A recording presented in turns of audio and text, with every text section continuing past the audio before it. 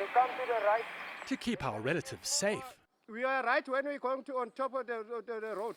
Takes a bit of luck and a lot of effort. So So we're looking to meet up with the team that is trying to block the baboons from crossing into the area where the houses are, but it's a big challenge. There they are right in front of you. There it is, that's a female, right? Yeah. So the team's moving quickly now to block them before they go down. The troop is on the move. The team from Baboon Matters is running interference. Do they sometimes get through you and get to the houses? yes, sometimes when they get to the thick bushes. Some on top there. For now, they've won the battle. The troop settles in their natural habitat on the slopes of Table Mountain, doing what baboons do. There's juveniles foraging in the tree here, trying to get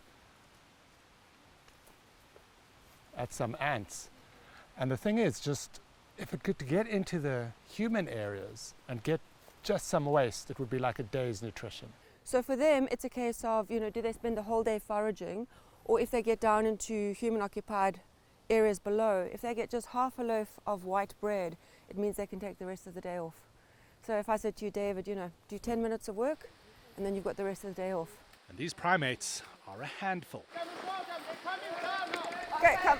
So the baboons are coming down, and again, we're just trying to block them here so that they don't go into urban areas.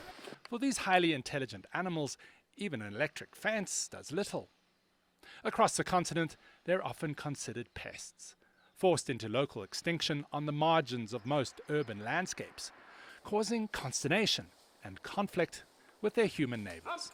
The best thing is to keep baboons out of the urban spaces and reduce the overlap with humans, and then we have a way reduction in the number of human-baboon conflicts and an injury and death associated with that.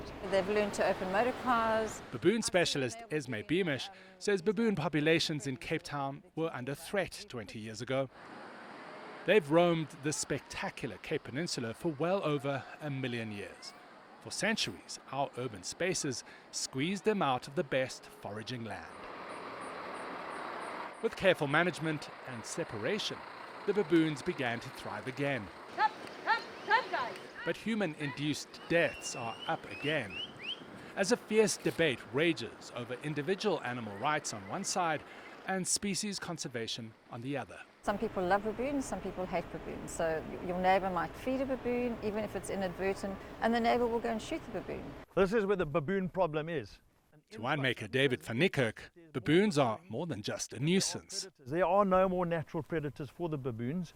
You've got this massive spread of vineyards, which is obviously going to be food for the baboons year around.